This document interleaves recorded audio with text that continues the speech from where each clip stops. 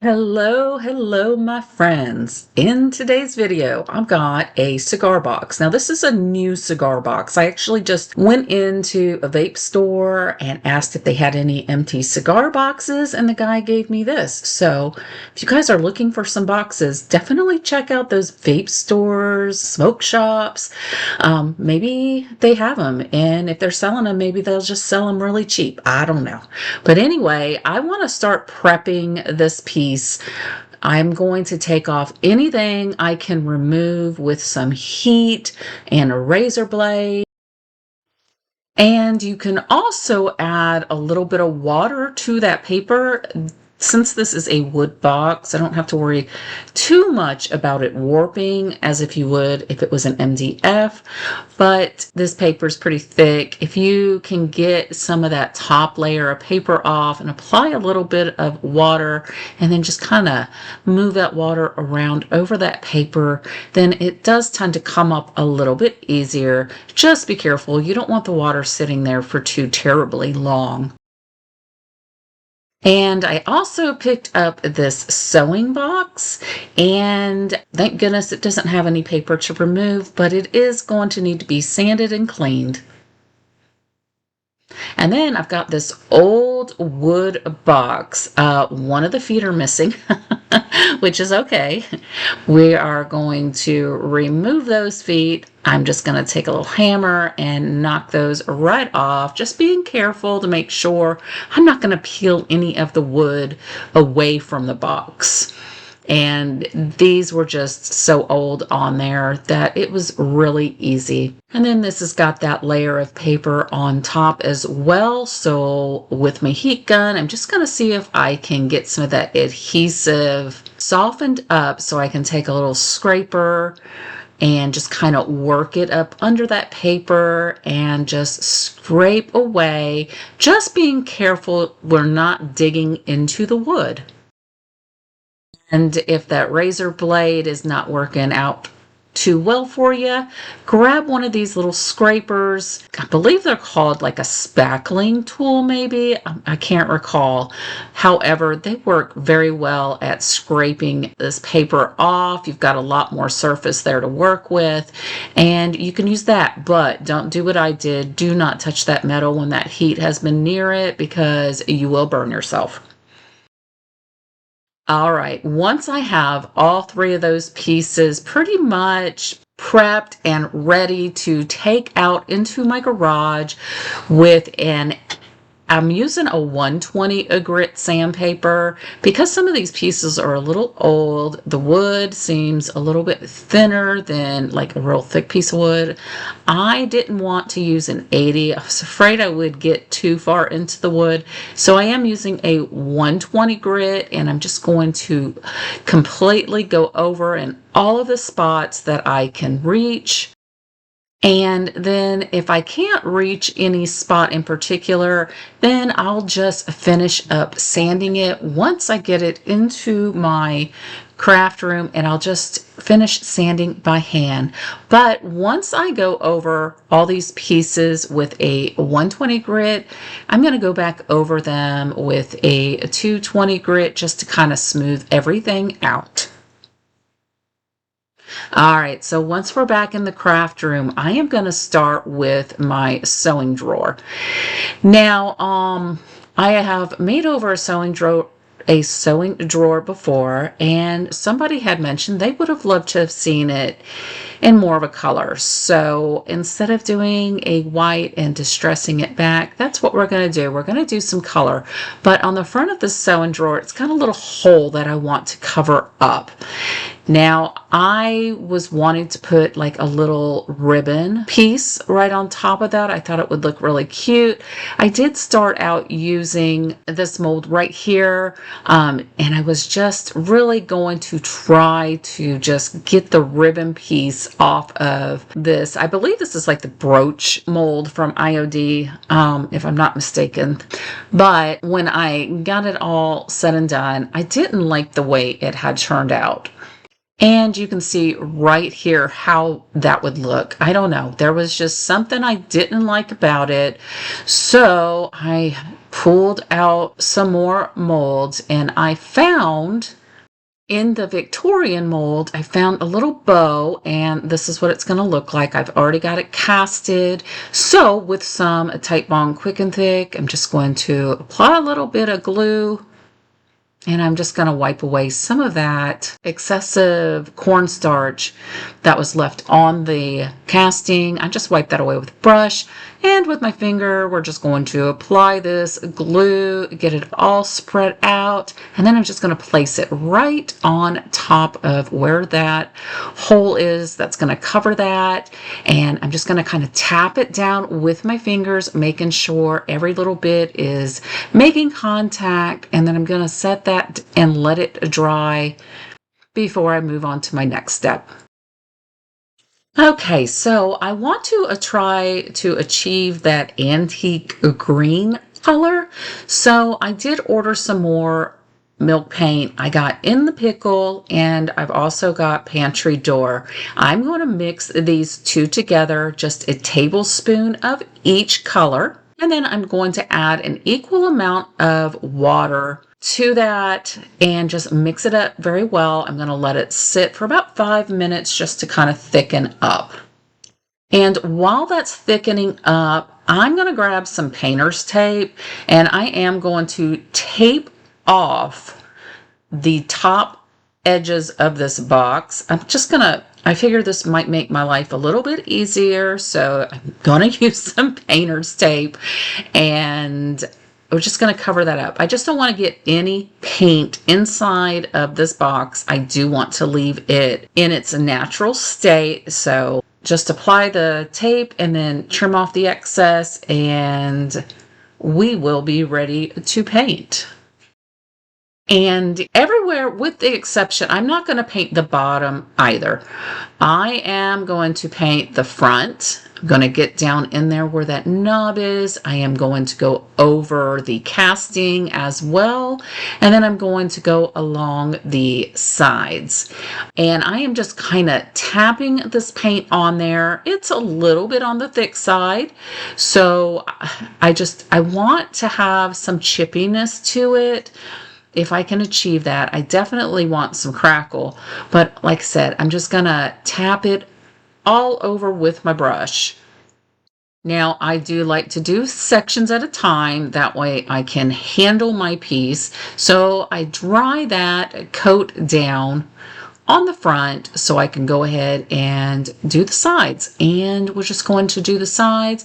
I do end up applying about I end up applying 2 coats to this piece. After I've got that painted up and it's dried, I am going to grab a sander. I started with using my sponge, just kind of getting it smoothed out. And then I did just go to a regular piece of sandpaper. I am using a 220 grit. I am going to just lightly go over it in places. Well, maybe not so lightly. This paint is on there pretty good. So I am just going to sand, hoping that some of it will flake off. I probably should have used like a candle or something to go over the spots so I could have gotten more chipping going on, but I did not.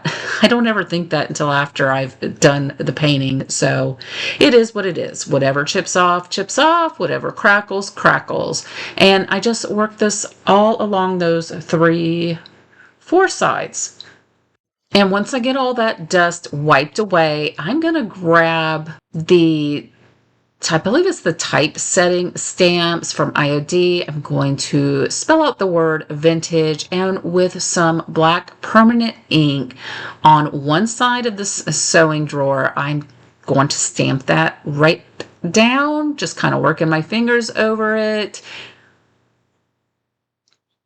I will use my heat gun to dry it down. I will say this ink takes a little while to dry down, so I ended up setting it aside because even the heat from my heat gun was not getting it completely dried. So I ended up just walking away and going back to it the next day. All right, so here we are the next day. I'm just going to grab one of my sanding sponges and I am going to lightly go over those letters. I don't want it to look pow.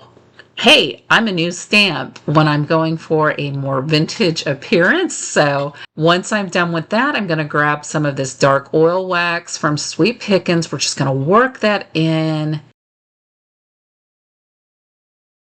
This is just going to get down in those cracks. It's going to bring out all those cracks. It's also going to seal this paint in. And this stuff works very well on milk paint. I'm telling you, it works very well.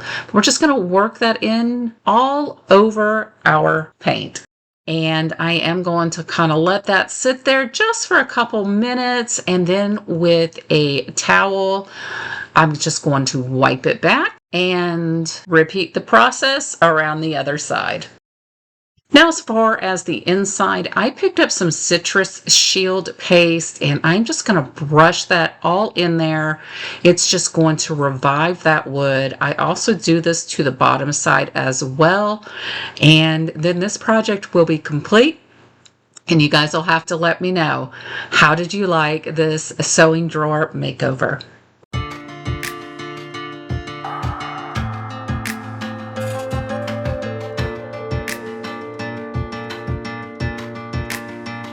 Now on to the cigar box. And I did forget to mention all three of my projects I did spray with 2 coats of shellac. And I am going to once again take some painter's tape and just apply it into the section that I don't want paint dripping down. I'm trying to see if for myself using painter's tape is helpful. I don't normally do, but sometimes I get a little tired of trying to clean up that excess paint that kind of drips here and there or I accidentally touch. So we're going to just go ahead and prep this. I'm going to use a white colored paint. It's an all-in-one paint, so it's got that sealer already built into it.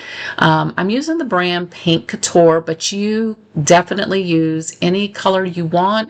If you want to use a milk paint, go ahead and do that as well. You'll just have to apply a sealer onto it. But I will apply 2 coats of this paint. Now I've got this decoupage sheet and this came from Decoupage Central, and if I can find the link, it will definitely be in my description box. But I want to figure out what section I want to use. And once I figure that out, just to make it a little easier to work with, I'm going to trim it down. Sorry about that dog barking. She is trying my patience today, but I love her. And I'm just going to line that up, and then I'm going to go around the edges and just kind of crease it down, trim it up, and this is just going to make it easier when I go to sand off the excess paper. It's just going to make it a little easier. But as far as decoupaging, I'm going to use some DIY clear liquid patina. And after I get those edges creased down, I will just trim off a little bit more. But I'm going to apply a good layer of the liquid patina. Just kind of wiping up those edges. I don't want that paper to adhere past where I've got it painted. And then I did just adhere that paper down. I did spritz it with water. Sorry, I did not get that on film, but my battery died. So once that paper is on top, and it's dried, I'm going to go around it with this little finger sander and just sand off that excess paper going in a downward motion. I will also, in addition to going in a downward motion, just kind of go along the edge sideways, but I will always avoid going up because I don't want to tear that paper. Then I'm just kind of going along that edge, right in that little dip lip, just getting off any excess paper and glue. And I felt like I just needed a bird on this piece. And so I'm just going to grab a bird out of one of my transfer sheets and just kind of figure out where I would like it and then just rub that down. Okay, so I'm going to grab the color Aviary. This is in DIY paint, and I'm going to cover the bottom section. Now I have to work with the hardware on there. This is the hardware that you actually have to like hammer into the wood. I didn't want to remove that.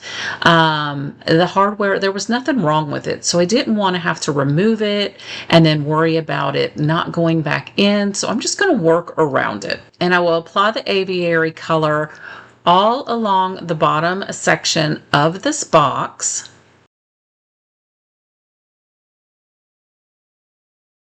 And then right on the lower section of the top, if that makes sense, right where the box opens, there's just a little bitty edge, and I'm just going to go around that area as well.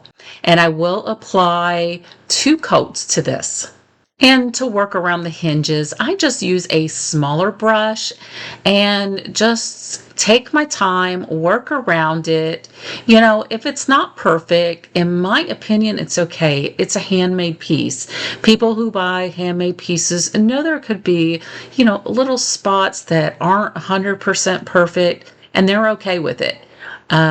So I'm okay with it, but I actually did a pretty good job, I think, and I know you will too. So just take your time, work around it. If you get a chalk paint or a clay-based paint on those little hinges, it's okay, because we can always take a little wet wipe and clean up any of the areas that we got the paint on that we didn't want on.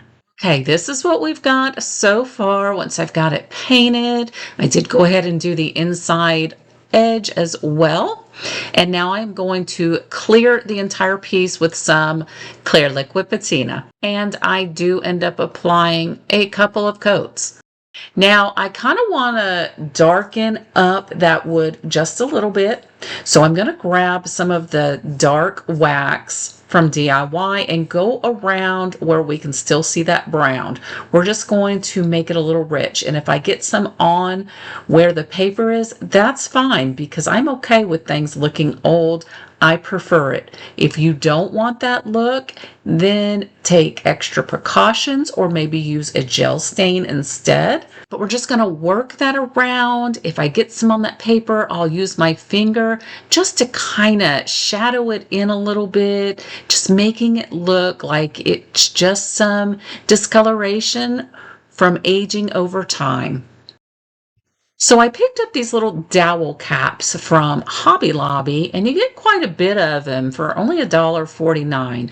So I'm going to take some of the gel stain in the color walnut, and I'm just going to brush that on these little, what I'm going to use them as is some feet. So I'm just going to stain those in this color. After I let that stain sit for just about 20 seconds or so, I just kind of wipe off the excess and set them aside to dry. Then I'll flip my piece over and I'm going to use some wood glue and adhere those little feet down. Now to finish it off, I'm going to grab some more of that citrus paste, and for the inside, I am just going to recondition that wood. I love a fresh, clean wood inside of my boxes, but if you prefer to paint them, then go ahead and paint them. But this paste is just going to really just condition that wood. It's also going to give it a little bit of a citrusy smell, so if it's happens to be a little smelly, hopefully this will help take care of that. And then these little side pieces that were in this box, I had sanded those to make them all nice and smooth, and I'm just going to stick them back in there. I contemplated on gluing them in, but I mean, they really do just kind of support themselves the way they are. What do you guys think? Do you think I should glue those in, or do you think this will be just fine? And then this project is going to be complete, and you guys will have to let me know, what do you think about this cigar box makeover?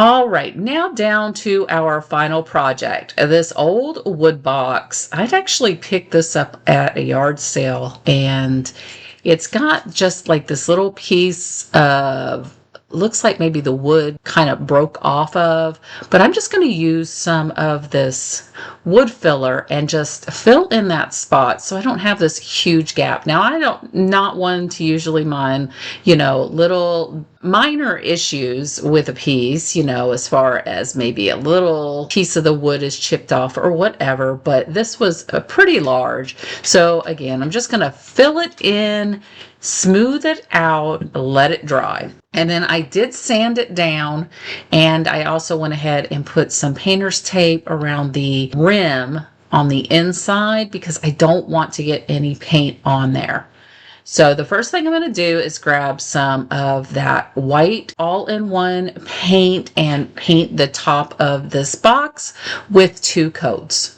And then I have got this rice paper from Roycycled, and I absolutely love all the colors. So this is going to be a very bright project. This actually came to me the night before I was going to do something completely different and not use this rice paper. But I was like, I really want to use that rice paper. And then when I was laying in bed that night, something came to me and I was like, ooh, I can still use the rice paper and do this. So I'm just going to figure out which section I want to use. And then I am just going to cut it out. Once I have that cut out, I will once again use some DIY clear liquid patina and just apply a nice generous amount.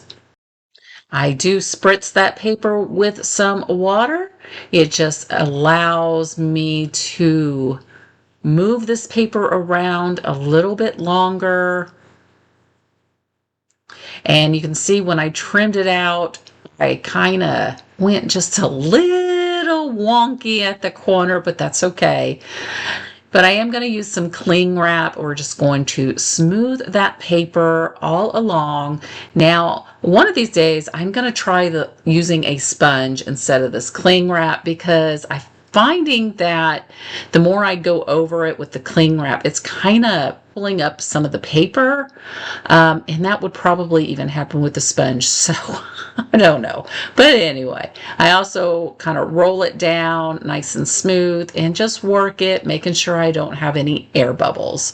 And then I will just kind of go along those edges, making sure everything is nice and adhered down. And then I'm going to let that dry. Now, after it's dried and I've got those edges all sanded down, I'm going to take this beautiful color from DIY Paint. It is the color Old 57, and on the top section of the box, I am going to brush this color on, working around those hinges because they are the same type of hinges that were on that cigar box. They're the ones that are just kind of hammered into the wood, so they don't have any screws that I can just pull them out and reuse them. And if the hinges are in good shape, I would really prefer to reuse them.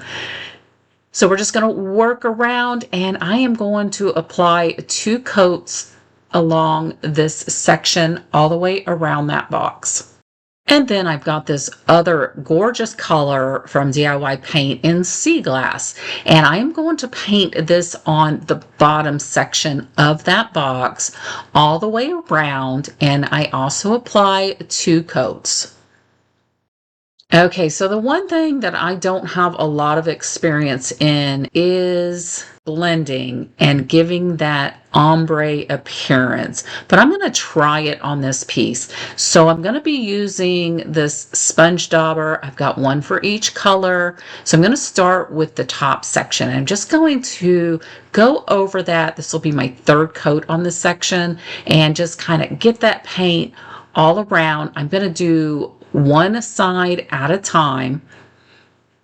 So once I get that top color on, I am then going to add the bottom color, just working it all over. And there may be an easier way to do this, but I like to figure things out myself. So this is the way I am doing it. But I am more than happy to hear any tips in the comment section down below. Okay, and then I'm going to grab a small little sponge dauber, and I'm going to go around the top section of the bottom section, if that makes sense. You can see what I'm doing here. And I'm just going to apply that in, and then another small, I'm going to go right into that color with the other color. And just kind of working it in, blending it together. Now, I kept doing it this way, and then I did find as I would work around the box that using a paintbrush, a clean paintbrush, to kind of get those colors to blend together worked very well. But I do think I did an okay job. You can't see any lines. It just kind of blends in. But I am going to do this all the way around, doing one side at a time. Now I do dry each section down before moving on to the next, and this is what I've got. You guys will have to tell me how you think I did. I think it looks pretty good. All right, so once I've got all four sides done, I'm just going to grab a Q-tip and dip it in some water and go around my hinges. I did find that this works really well. It's a lot easier to control than using that baby wipe that tends to be a little too wide and get on the rest of my paint. But I am going to next grab my little sanding sponge, and I'm going to go over each section and just kind of get off any paint streaks that may have dried. I'm also going to go around the bottom side and sand up any of that excess paint. I'll wipe it down with a wet wipe also, and just getting it nice and cleaned up. Then I'm just going to pull off all of that painter's tape. Once I get that painter's tape up, I'll grab that sponge once again and then just start going over it. That way it will get rid of that paint that had kind of thickened up where I had that painter's tape. I'm just going to go over that. I also take just this sanding sheet so I can get there in between where that lid opens up, just smoothing all of the thick paint down, nice and smooth. I am then going to grab some of that dark and decrepit dust and cinnamon mixture that I still have, and with my finger I'm just going to go along the top edges.